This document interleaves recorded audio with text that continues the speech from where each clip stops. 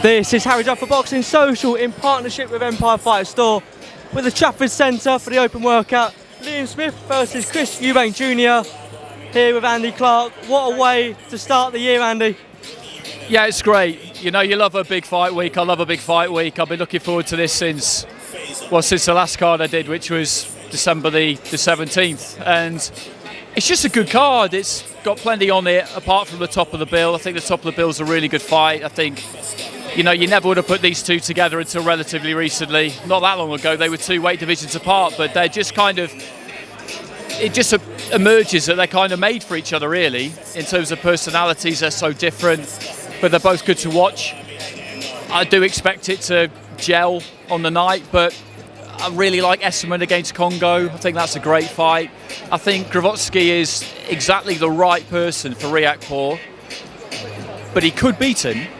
You know, that is not beyond the realms of possibility by any stretch that the poll can spring an upset there. And, you know, I'm still I get more fascinated by the day by Joseph Parker against Jack Massey. It's, I didn't see it coming, and the more I think about it, the more... Are you being swayed? I spoke to Jack early in the week, Friday of last week. I said, look, there was a lot of negative comments when it was first brought to light. Benn came out on TalkSport and said, look, well, we could have got an American over who we didn't really know who he was, but Jack Massey's got a real good story. He's from the city, you know, and when I spoke to Jack, he said that the more it's going on, the further it is towards the fight. He seems like people are trying to accept it a little bit more. Are you the same a little bit more? Yeah, I think so. I watched the interview you did with him. I watched it yesterday, and I mean, there's obviously a financial angle there because he was struggling for money before Christmas, and this is what these guys do for a living. So you get made a good offer to fight somebody. Fighters, by their nature, they will want to take it. But he knows the risks. Everybody around him knows the risks. It is risky. There's no point pretending it's not, because I can't think, me and Barry Jones were talking about this earlier in the week, I can't think of a cruiserweight in history who in their first fight at heavyweight has taken on a top 10 guy. And I think, you know, you would say Parker is he's definitely still top 15. I would say he's probably still top 10. So it's a massive leap, but he's not the biggest heavyweight in terms of punching there's ever been. And he had a hard 11 rounds against Joe Joyce not that long ago. I mean, it's 4 months ago, pretty much, by the time they get in the ring, or, you know, a little bit under that. So, yeah, it's. I mean, I think the corner have got a role to play in a fight like that. They need to be very, very vigilant, which, you know, if it goes one way, if it starts to get hard, really rough, but I'm sure they will be. But yeah, I did not see that coming. Yeah, I'm speaking to people today, that's the sort of sentiment that I've got, but you know, that's worst case scenario, I think, for Jack Massey. If he puts a good performance in against Joseph Parker, is he now back on these big platforms? Because he's had problems with promotional companies, and we know the upset he's had in his personal life. Would a good performance get him back up there? He wants to rematch with Riakporhe. Yeah, I think it would. If he could put in a decent performance against Parker. He said to you, didn't he, that he's going to go straight back down to cruiser. This is a fight on a boxer show. Maybe he's, you know, for want of a better phrase, doing Boxer a bit of a favour by taking this fight. Maybe there's an agreement that he'll get another fight after this with them, and they've got loads of cruiserweights. So if there's something like that going on, I don't know if there is or not, but you know, if you were his team, you'd be angling for that, wouldn't you? And a good performance against Parker, yeah, of course, I think it would, yeah. Let's go back a little bit and go to the main event. Something that I've really enjoyed, especially with the Sky Sports and Boxer, is the production of it. I think the behind the scenes, the documentaries, the gloves are off, because they're so opposite in personalities. Those sort of documentaries have worked so well, Andy. Yeah. I mean, they are just they're a natural foil for each other because they are so incredibly different. Eubank's just got this amazing ability to condescend and patronise people, and he never loses his cool. His energy, his demeanour never changes. Like with his old man, it was the same. He's got this God-given ability to rile people up. But Liam hasn't really, I would say, at any point bitten hard. He finds it annoying. as in he thinks he's a clown, but he doesn't find it annoying as in it's really getting to him. So, you know, they couldn't be any more different. But in terms of how they go about things in the ring, though they're aggressive. Like Eubank in recent fights at times has gone on the back foot a little bit more and flicked the jab a bit more, and according to him and Roy Jones, he can now do it any which way. But he is by nature an aggressive fighter who likes to let his hands go, and I'm just fascinated to see how it's going to play out on Saturday. I'm not going to give any predictions because I change my mind every day. It's one of those, and that's always a good sign. Yeah, I mean, Liam's come out a few times and said that he's... Sorry, the music is really, really loud, I'll add. Liam's come out a few times and said that he's glad that Roy Jones is in the corner. Do you think Eubank has improved under Roy Jones' guidance at all? I mean, it's kind of hard to say because the fight against Marcus Morrison, I commentated on that, and it looked like what he described it as being after the event, which was we wanted 10 rounds, we wanted to try out the things we worked on in the gym because that was the most beneficial thing for us to do, and I think that's what they did. The fight against Liam Williams, I don't think I'll ever really be able to make up my mind about that because it was strange. Being able to put someone like Williams down and buzz him with a jab. Eubank's always been a very respectable puncher power-wise, but he's not some massive banger. So being able to buzz Liam Williams with a jab, I don't really know how that happens. Whether he was struggling with the weight and he'd done the weight wrong and lost too much too late and all that kind of thing. But it was one of those nights where you went away and just thought, on paper, knocking Liam Williams down 4 times on the way to what was then a wide points win, that's really impressive. But in a way, somehow, it wasn't as impressive as it sounded. So, yeah, I mean, that was a strange fight. You mentioned the weight there. Will the weight be a factor, do you think, in this fight? Obviously, Eubank being the bigger man and stuff. I don't think it's going to be too much of a factor. It's an advantage for him because he is a naturally bigger fighter. Liam's been saying, hasn't he, that as you get older, obviously it gets harder to make it, and it's been a struggle recently. And a few times when you've looked at him when he's made 154 most recently, he's not looked great on the scales. I mean, it's looked like it has been hard. Eubank, because he used to box at super middleweight, we all assumed that making middleweight would be really hard for him, but he was never a super middleweight. But having said that, whoever you are, if you come down in weight as you get older, that's hard.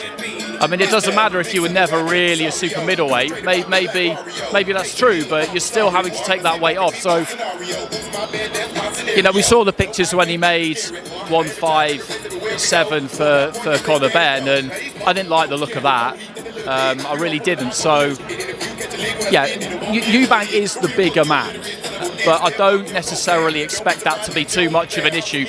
I don't think Liam Smith can really hurt Eubank. Maybe he can to the body, but I don't think he can to the head because nobody has. George Groves could do it, and he was a massive super middleweight. So it stands to reason that headshot-wise, I don't think Liam can either. But that doesn't mean he can't win. I think Eubank has definitely inherited, we said it before, he's inherited his dad's chin. I think we all know that. We're obviously going to look at the Liam Williams performance by both men. I don't think there's much really you can gauge in that because both at different levels, different ages. Is Eubank, though, looking at Liam Smith's last performance in Liverpool a little bit too much? Because that arguably wasn't Liam Smith's best performance. Yeah, I think that's all you can do really is, you know, what have you done lately? And people do like to compare common opponents, but it's a very imperfect science, that. And those meetings were just way too far apart for that to be of any real value. Liam's performance against Mukinya in what was an odd fight, he did get caught with a few, but I think that was more a case of him looking at the person in front of him and just thinking, maybe just didn't really have much respect for him and just thought, I'm just going to get you out of here. And then in the end it finished the way it finished. So it was just a strange one all around. So I don't necessarily think that's something you can take too much from. Yeah, trying to take a form line off their last fight. But you have to give Eubank credit for knocking Liam Williams down 4 times. But then in the second half of the fight, Liam Williams came back into it and won some rounds. So it's You know, you can make a case for it either way in numerous different ways. Yeah, you could be here all day, Andy. Talk about that. Yeah, definitely. Look, is the only. Let's say Eubank wins. Is the only fight next that Golovkin fight? I mean, I think he'd fight Conor Benn. I know, and everyone says that, but again, okay. If that happens, it happens. But arguably, is Golovkin? I would prefer to see him fight Golovkin, and that, you know, there's no. It would be a great fight for Eubank because Golovkin's got 2 belts, obviously, but also because of the age he is. His peak was, I mean, maybe people talk about the first Canelo fight, and I thought he won that fight, and I thought he was great in that fight. But he was already 36 by then. I mean, his peak probably came in about 2010. So, you know, if you think about how things generally go with athletes, I would love to see him fight Golovkin because I think he needs it. I think he needs to do it. I think his career has been very well managed, very well steered. He's made an enormous amount of money without winning a world title. Probably, maybe only. I can't think of many fighters who made more money than him without winning a world title. I really can't. Is that the name, though? Arguably, I think it probably is. But I think he feels that he can box for another 3 or 4 years, and I don't see any reason why he can't do that. And that at some point, the world title will arrive. Either say Golovkin retires and those 2 belts become vacant, and he's well ranked. And I think he feels like it will just happen. It's not something that he really needs to go after. And I think he's probably right. But I'm just hoping that the Golovkin fight is the one that just happens, because say he does beat Liam Smith, and it's a great fight, and he's got the name and he's got the marketability, and Golovkin needs a fight. Who else out there is there for him, really, that would be better in terms of profile and saleability and all the rest of it? There aren't many, are there? I mean, you could argue there aren't any. I'm not going to ask you for a prediction. Can you see a knockout either way, though? Is there a knockout in this fight, essentially, or not? Yeah, I think there is potentially. I think it's more likely, were it to happen, to come from Eubank than from Smith. But Smith says he hurt him, you know, cut him in half with a body shot, and maybe he did. One fight I know you're really excited for, Essuman. They're at GB together. They've got some rivalry, got some history together. Yeah, there's been a lot of back and forth that we've seen. Talk to me about that fight, Andy. Yeah, that was the one outside of the main event that really caught my eye as soon as I saw it, because yeah, they were on the squad together. Chris was 64 kilos originally, and then stepped up to 69, which is where Echo was, which was hard for him because he had Echo, he had Josh Kelly, he had Scott Fitzgerald. You know, there was a real queue there, so it was hard for him to get anywhere really. So they sparred up there, and they kind of knew each other to an extent, but they didn't really know each other. It's not like they roomed together or anything, but you know, they're always kind of respectful. But Chris feels like he's got Echo's number, and Echo feels like it's the other way around, and they're just 2 good fighters and a real good match of styles too, because Echo is a come-forward fighter. He's not as basic as I make that sound, but he is an aggressive, more come-forward fighter. Chris is will more feel like he can do it any which way. So yeah, again, that's an impossible one to predict. I'm not asking for a prediction anyway, but he's just about to get into the ring now. What I love about Echo, he defends that British title until the day he retires. That British title is his all the way. The British title is... Yeah, absolutely. I asked him about that earlier, and they said, so if the board given you your belt yet, and what have you done with it? And he just said, yeah, I've got it. But so I said, well, you've got it in a display cabinet in house? And he said, no, I've got it. It's in a safety deposit box somewhere. I said, all right, okay. But yeah, I think he's happy enough to just keep defending that belt and take on all comers, because welterweight's a really tough division, and why would you leave that belt behind? You know, there's no law that says when you win it outright you have to stop defending it. And British champion, Commonwealth champion as well, you got those belts, that guarantees you a queue of opponents who want what you've got, and it'll get you good cards like this one. He was at Wembley as well last year, decent purses. Just keep doing that. Because if you vacate it and all of a sudden you're scrabbling around maybe trying to find someone who'll get you up in the rankings, those fights can be really hard to make.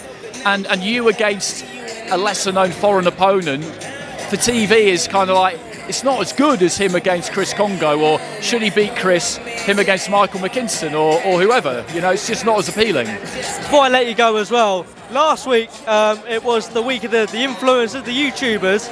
I was so surprised to see you there. But how did you find it? You know what? Defend yourself, Andy. I haven't got a problem with it, because I was there for TalkSport. Full disclosure, if I hadn't been there for TalkSport, I wouldn't have watched it. I wouldn't have gone, because it's not professional boxing, as far as I'm concerned. It's its own entity, in its own space now. What I didn't like about it when it started was that it was on professional cards and they were licensed as professionals, because they shouldn't be. And they're not licensed by the British Boxing Board of Control, and I didn't feel that they should have been on the same card as pros.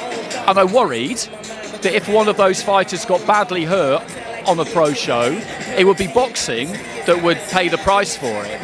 But now they're in their own space. It's over here, and boxing is here. The two things are not, in my eyes, in any way connected. It's just a form of entertainment. The fact that it's boxing is almost incidental in a way. It's a vehicle that they're on at the minute. They won't stay on it forever. But I think they are being responsible with it in terms of how they're trying to match people, because they do understand that they can't have, you know, some kind of terrible injury. They've got to minimise the risk of that as much as they possibly can. You can never eradicate it. But, you know, we have white-collar boxing up and down the country every week, and people are okay with that. So, yeah, I think boxing fans, I'm a hardcore boxing fan, and I just think people just need to relax about it a little bit. You don't have to watch it. You don't have to pay attention to it. It's not going to be here forever. It's a circus, you know. KSI's not going to fight Floyd Mayweather. You know, Jake Paul is not going to fight Canelo. They'll throw these names out every now and again just to... Is that where the boxing fans get a little bit frustrated? It is, and I used to as well. I'd bristle when I'd hear something like that. And it used to irritate me when I saw them in fight week, you know, giving it the big one, behaving like they are fighters. But that's part of their skill, is they're playing a part, they're playing a role, and they do it really well. But it's not, for us, it's not real. Like, it's not real.